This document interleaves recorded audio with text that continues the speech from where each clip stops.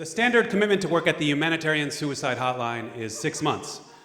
Most people work 6 months and then they leave quickly.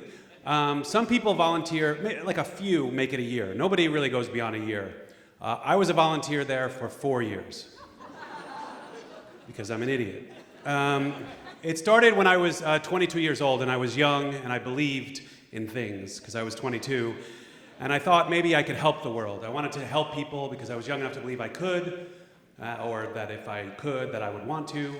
I was that age, and so I decided I was going to be a psychiatrist, a psychologist. That's what I wanted to do. I wanted to be a clinical psychologist. But the problem was, I was a 22-year-old freshman at Queens College, which if you know Queens, it's not a great college. It's in Flushing, New York. It's not a nice place. And my GPA was a 2.0.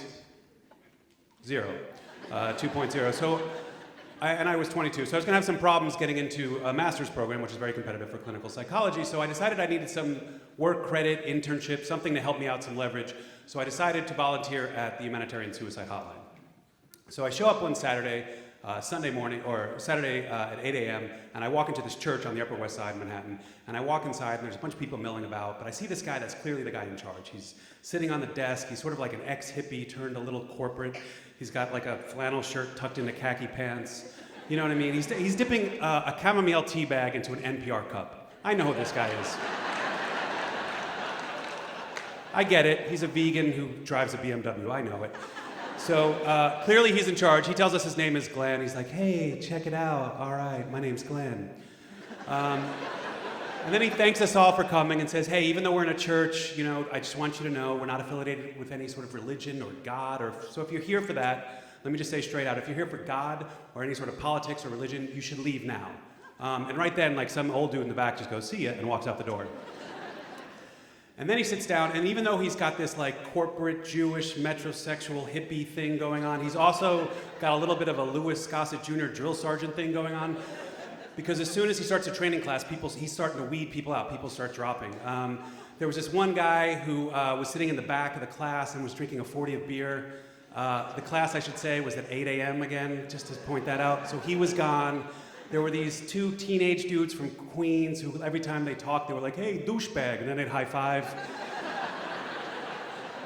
They were gone. There was a woman who did a mock phone call with Glenn, because in the 2-week training class he did mock phone calls where he pretended to be callers, and Glenn was pretending to be this 70-year-old dude who was HIV positive and had just found out he had AIDS and was very upset. And he was talking to this woman, Nancy, and Nancy was doing the phone call, and she goes, well, I just want you to know that's very upsetting. I'm very sorry for you, but you did choose this lifestyle, so gone. Now, one of the most important things Glenn weeded out, he said, was people who were there because they were either suicide survivors, meaning people whose family members, they've lost somebody because of suicide, or because they themselves, the volunteer, had contemplated or tried to commit suicide. And as Glenn would say, yeah, check it out, you're really not a good fit, gone. And so they would leave. At the end of 2 weeks of training, out of 58 people who came to volunteer, there was only 4 of us left. Because Glenn was really good. But I will tell you right now, I was better. Because what Glenn didn't know about me was that about 4 years before this, I lived in San Diego, California. And I bet you Glenn never knew that when I lived in San Diego, I was dating this girl, Tracy. And Tracy was addicted to meth. And I was addicted to Tracy. So Tracy would try to do the meth, I would try to do her. Neither one of us would ever be satisfied. That's addiction. So, one day, Tracy slept with my best friend, Babyface, a guy who looked like Morrissey. That's probably why she slept with him, because she was into that. She slept with him, and I had it. And I bet you Glenn didn't know that I then jumped in my 5-speed puke orange VW Fastback, an awesome car, and I drove up to my dad's house in Del Mar, California. I was living in San Diego, and I went into his garage, and I took his .38, because my father's a retired cop, and I bet you Glenn has no idea that a .38 doesn't have one of those clips that you put in. It's got the thing, and you put the bullets in, then you snap it, and it's really easy, even if you don't know how to use guns. And I grabbed a bottle of tequila out of my father's liquor cabinet, and I got in my car, and I drove to Torrey Pines Beach. And I took the gun, and I drank about a half a bottle of tequila.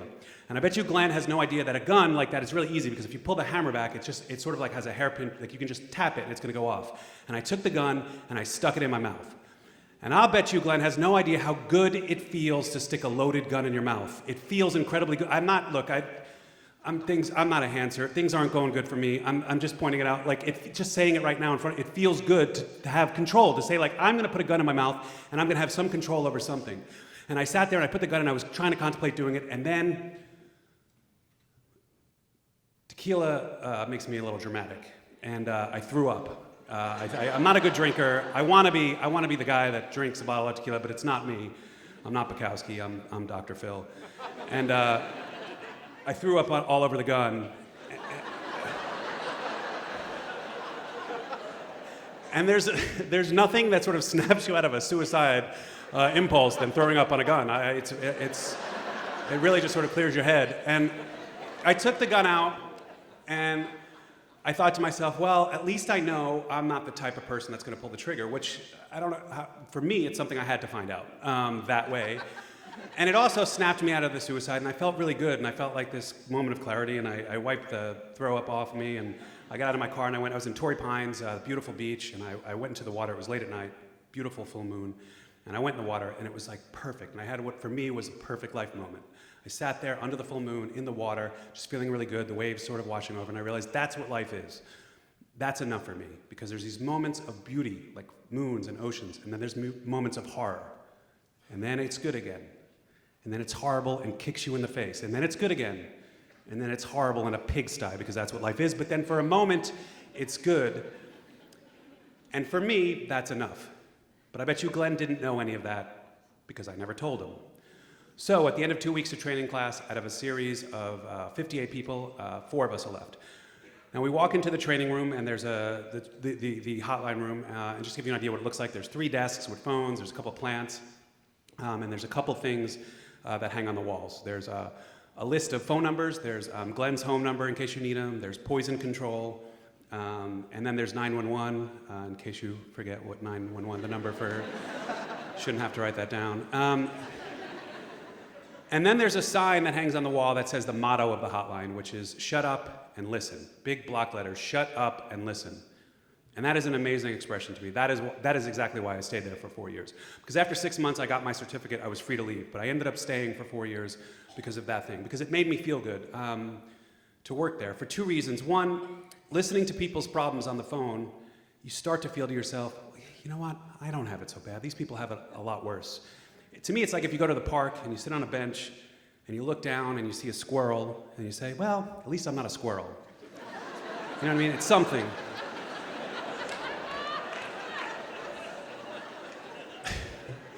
And 2, seeing the sign shut up and listen, it's how you do prevent suicides. It's what you do is by listening to people. We don't listen to each other. We have agendas. It makes sense. Whether it's somebody you love or relationship or people you don't like or just casual, we all have agendas. We all trying to get something and we like to talk. I clearly like to talk a lot about myself. I'm up here. But the idea of sitting and listening to somebody else talk made me feel good, and it made me feel like I was helping. And that's why I stayed for 4 years. Now, the way the training basically says that what you do is you answer the call, you say humanitarian suicide hotline, thanks for calling. You then listen to somebody, be an active listener. You have to be an active listener. Glenn said not to get scared of silence if there was silence on the phone, because check it out.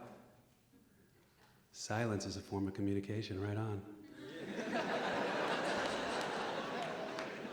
He also said that you can't get manipulated by silence. So if it lasts 5 minutes, you gotta hang up the phone. Don't get manipulated. At the end of 12 minutes, end the call, because that's about the allotted time. And before you enter the call, you had to evaluate the person's level of suicide. And the way you do that is you ask a series of 4 questions. 1, do you feel so bad that you think about suicide? 2, do you have a plan for how you would do it? 3, have you set a time for when you're going to do that? And 4, have you taken any steps today to kill yourself? Now, in the 4 years I worked there, 99.9% of all calls are yes, no, no, no. A lot of people think about suicide, but a lot of people don't really go the next step. And what he said is the only thing that he would offer as a bit of advice was the biggest, clearest thing, a warning sign, the closest thing to a warning sign that you can have for suicide is if somebody says something like, I don't want to die, I just want the pain to stop. And if you hear somebody say that they want the pain to stop, that is about, a bell should go off. That's a person who's on the edge. So, 4 years later, I'm working at the hotline. I come in for the overnight shift. I walk in there. It's me and my shift partner, a guy named Adam. Adam's a communist, not relevant at all to the story. Just a little detail. You're welcome. So, Me and Adam are working the overnight shift, and it's busy till about, the overnight shift's 11 to 8, 11 at night to 8 in the morning. You have to do one a year, or one a month. And it's busy till like 4 a.m., till the bars close in New York, and then it sort of slows down and it gets slow. And around 4 o'clock, it was, Adam, it was my turn to answer the phone, and the phone rings, and I pick it up. And I say, hello, humanitarians, can I help you? And this very young, cute, scared voice comes on the phone and says, hi, my name's Amy, I'd like to talk. And I said, what's up, Amy? What's going on? And she says, oh, nothing, I was just, calling because I was feeling a little sad. And I was like, oh, what are you sad about? And she goes, I don't know, things are pretty good. I have good grades at school, and my parents don't get it, but they love me, and I have a good friend back in Tennessee where I'm from, and NYU's good. I have good friends here. I have friends who are, she said she had two types of friends, which I thought was really funny, and I use it all the time, is that she had bar friends, and then she had movie friends. I like that expression. I wish I had some movie friends, but so be it. And right away, I pictured her the way you do when you talk to somebody on the phone. I pictured her in her dorm room, and I pictured like a quilt, and I pictured her with like long hair sitting on her bed, and like rollerblades, and like a Dr. Pepper. You know what I mean? I got her figured out. And so I said, well, that sounds good. But you said you were sad. What do you think about when that happens? She goes, I don't know. She goes, I don't understand what happens. I can't control it. She goes, sometimes when I have a great day, what I do the next day is I try to duplicate it. I wake up at the same time. I try to eat the same food, try to have the same pattern so that I can control the day so that I don't feel bad. But then, out of nowhere, she said she feels what she described as a hand coming from behind her and sort of pushing her down. And I said, okay, well, what's going on when that happens? What are you thinking about? And she goes, everything, nothing, I don't know, this feels so stupid. She started to feel uncomfortable. And then we sort of started to flirt, like not in an inappropriate way, but there was look, a lot of the callers I talked to over the years were crazy. She could have been a movie friend if I had met her, some other situation. So it wasn't inappropriate, but I was talking to her, and we talked for a little while, and then she said she felt dumb because of depression. She felt like, she felt this sadness, she felt this crippling sadness, but she thought that depression was overused as an expression, and that there are people who are clinically or socially or chemically or whatever depressed, but she thought maybe she was just, a lot of people are lazy or overuse that word or use it as an excuse, and she was worried she might be like that. And I can identify, I feel the same way, I feel that way, I don't think I get depressed. I mean, sure, there's days where I don't get out of bed for 4 days, but I'm not depressed, right? So, we were talking like that, and then I noticed that it was about time to wrap it up, and I was about to wrap it up, and Amy started to tell me this. She was telling me this story about going to some place with her family one day, and they went out to get ice cream, and her father bought her ice cream, and it was a great day, and I said, oh, that's great. And I looked at the clock, and I was about to wrap it up, but then I noticed what started to happen was Amy started to slur her speech a little bit. And I said, Amy, what's going on? Are you okay? And she goes, yeah. She goes, look, I know it's selfish, and I know it's stupid, but I can't do it anymore. I just want it to stop. And I said, what do you mean? What do you mean by it? She goes, I don't know. I can't. I just want you to talk to me. I was like, well, when you said it, what did you mean? She goes, look, I don't want to die. I just want the pain to stop. And I woke up. And I said, Amy, do you feel so bad that you think about suicide? And she said, yes. And I said, do you have a plan for how you would do it? Yes. Have you set a time for when you're going to do it? Uh-huh. Amy, have you taken any steps today to kill yourself? And she said yes. And I said, Amy, what have you done? And she told me she took 20 high-strength painkillers. And I said, what kind of painkillers? Because that's what you're supposed to do. And she told me, and I wrote it down. And I threw a pencil at Adam, who was nodding off because he's a communist, and I handed him the piece of paper so he could call poison control so I could have some information about what would happen so I could pass it on to her. And I just tried to keep Amy talking. I was trying to ask her about other things, and she was again talking about that day her father bought her ice cream, and it was very confusing. And then Adam came back with a piece of paper. He had called poison control, and I said, Amy, given the fact that you took 20 high-strength painkillers, and that you drank, and that you haven't thrown up, which she had told me, do you understand that you could die within an hour? And she started to cry, and I said, Amy, look, do you want help? Do you want me to do something? I can do something. I can only help you if you ask. Our policy was not to intervene unless people wanted it. I said, if you want help, I can do something. She goes, I do. I don't want to do this. And I said, great, what's your address? She gave me her address. I handed it to Adam. He went to go call 911 because the number was on the board. And I kept Amy talking. And after a while, I just tried to ask her anything. And I was like, Amy, what kind of ice cream was it that your father bought you? You mentioned that your father bought you ice cream. What kind of ice cream was it? But it was silent. And it was silent for 2 minutes. And it was silent for 5 minutes. And I'm supposed to hang up the phone, but who the hell could hang up the phone? So I didn't. And then it was 7 minutes. And then around 13, 14 minutes, I heard noises at the door because Adam had called 911, and I heard like people knocking, and then I heard the door crash open, I heard footsteps, and then I heard this voice come on the phone and said, "It's okay, we've got her." Click. And then I went home. And I was supposed to go to class that day. I had classes at Queens College, but I didn't go back to Queens College. I never went back to Queens College. I never graduated. I was supposed to go back to the hotline for a debriefing based on that phone call. I called Glenn and told him I quit, that I wasn't coming back. But check it out, click. And then I did all the things you're not supposed to do in that situation. I obsessed about it, and I stayed up, and I drank, and I smoked, and I drank coffee, and I searched. It wasn't the internet, but I looked through the papers and listened to the radio. And finally, after 3 days of it, I found on the Daily News, in the Daily News in New York, page 23, a small paragraph that said that they had found the body of a 23-year-old NYU student named Amy Walters, who died of an accidental overdose. And I know why they call it accidental. I get it. There's insurance reasons, religious reasons, family. They don't want an epidemic to start in a college. I get all that. But what I didn't know was that I was, until that moment, that I was the last person to talk to her. Not her mom in Tennessee or her best friend or some boy at NYU who probably had a crush on her that never talked to her, and probably, no, me.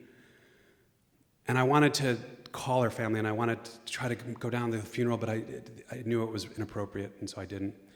And the thing of it is, for me, I have had bigger personal tragedies over the years. I think we all have. People do. I spoke to her for less than an hour 20 years ago. But she's me in that car. And I think about it every day. If I had pulled that trigger, that would be me. And she never got to find out what I got to find out, which is, it's terrible sometimes, but there are these perfect life moments, and that's enough. Thank you.